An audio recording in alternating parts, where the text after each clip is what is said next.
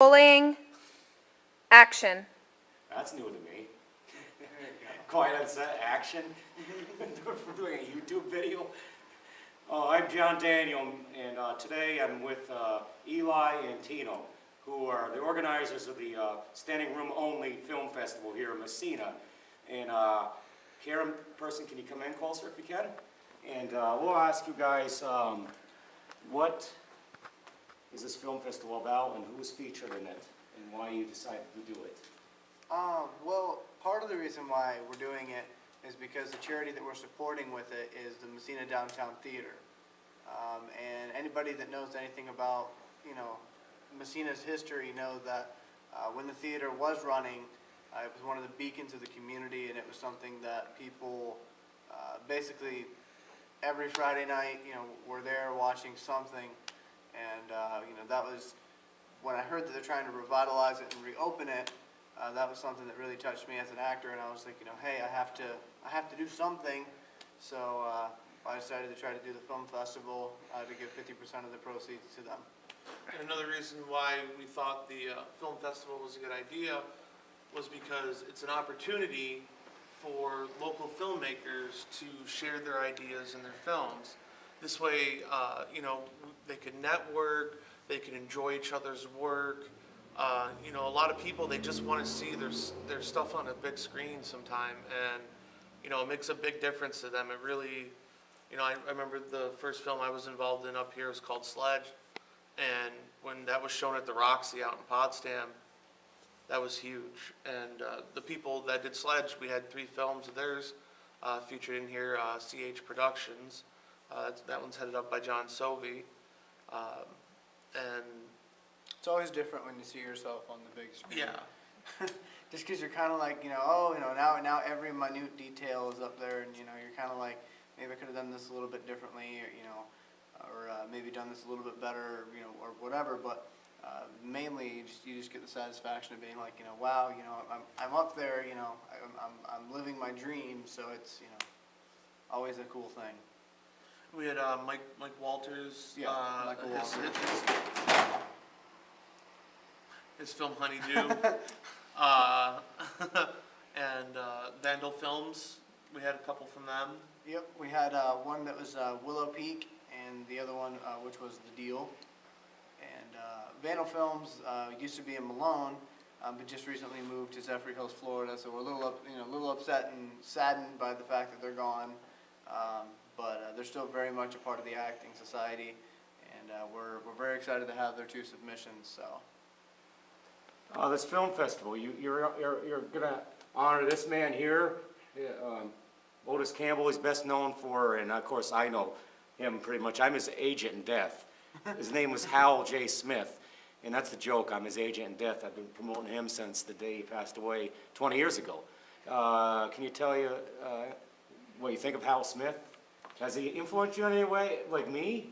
Yeah. I mean, I definitely enjoy a lot of Hal Smith's work, and kind of a little funny story behind that.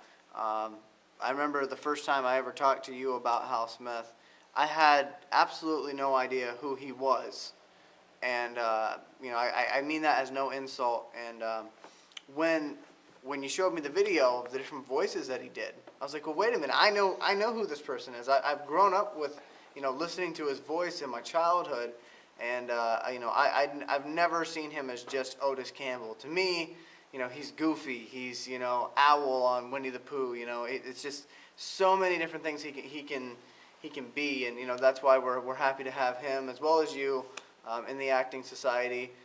Obviously, an honorable mention in the Acting Society, and a Hall of Fame inductee this year. Both of you guys are. So it's very, very awesome to be able to be. Well, it's connection, really. Yeah. He's first generation. Well, it might be 3 generations, but down the line, I'm the youngest person left in Massena that actually knew him. There's no one left. Right. I would tell everyone, there's no one left in Massena that knew Hal. They're all passed away. Right. I'm one of the last left that really knew him on a And of personal course, note. as you know, we have a couple of your films with short biography and an interview of him, and getting to see his voices and stuff. And I know for me it was definitely a shock seeing that, because I did used to watch the Andy Griffith Show, but I just never knew his name. And like Hal Smith, I like doing voice acting work and stuff like that. I always found that so fun. And to hear him do a lot of voices that I heard when I was a kid, like, and to know that that's the guy and that he's from up here, like, it's just really cool knowing that. And I hope that, maybe in the future, when, if GMS Productions gets big and people are like, oh yeah, no, I used to know him, or yeah, oh yeah, I remember that film festival they threw, or the Right. Comic-Con they did, and and maybe that inspires other people You never to know get into it. what the future brings, that's my opinion. Yeah. You two could become famous, or I could, you never know. It's unpredictable. I just do these stuff for fun, but I also, over the years, I like old Hollywood like him. Plus, he was from Downtown Massena, and when I was a little kid, I used to freak out when I saw him on TV. And the Dukes of Hazzard was one of the first ones I ever seen him in. But I could do a lecture on him, his life for hours. But back to you guys. Okay, what is your goal as filmmakers in Massena? What made you decide to try to get people together? Well, actually, we just want to get filthy rich. So Oh, gee. Just like me? I like to call the concept Mollywood, and people sometimes ask me what that means, and when I say Mollywood, what I mean is a Massena Hollywood. I've always pictured Massena as a potential area for greatness when it comes to films and other things like that, and I've been quoted saying it, and I'll say it again. When you have SUNY Potsdam and you have all the film festivals across the border and things like that, there is no reason whatsoever that this area right here cannot be a melting pot of creative arts, whether it be music, dance, theater, film, anything like that. So I honestly believe that give it about 5 years, and if everybody keeps working together, which is the point, if everybody works together, give it about 5 years, and I think you're going to see a completely different Massena, and you're going to see something that's really going to blow a lot of people away and create opportunities. There's been films that have been filmed up in this area, and the number has dropped drastically. And I believe, what was this current mayor, or no, not the current mayor, back when they were filming Me, Myself, and Irene, they denied having the film here. It was filmed in Vermont. Yeah, because of the fact that either you're going to film it all here, or you're not going to film anything here. Yeah. And because of that attitude, well, we'll go film in Vermont and make our own fake Massena. And it's like, well, we have to promote the idea of no. Even if it's just a two-second scene, a 2-minute scene in a movie, bring that here, because that is people. That is money coming into the economy, and we want to boost that. That's what we're trying to work on. And that's one of the reasons why I went to our town supervisor, Joseph Gray, and was talking with him about possibly putting some filming lots here in Massena and using some of the abandoned buildings to make movies, so that, just because many people don't know this, but if you try to make a film at Paramount Pictures in California, even if you do not use the facilities, you have to give them $4,000. And if you do use the facilities, that number jumps up to $16,000.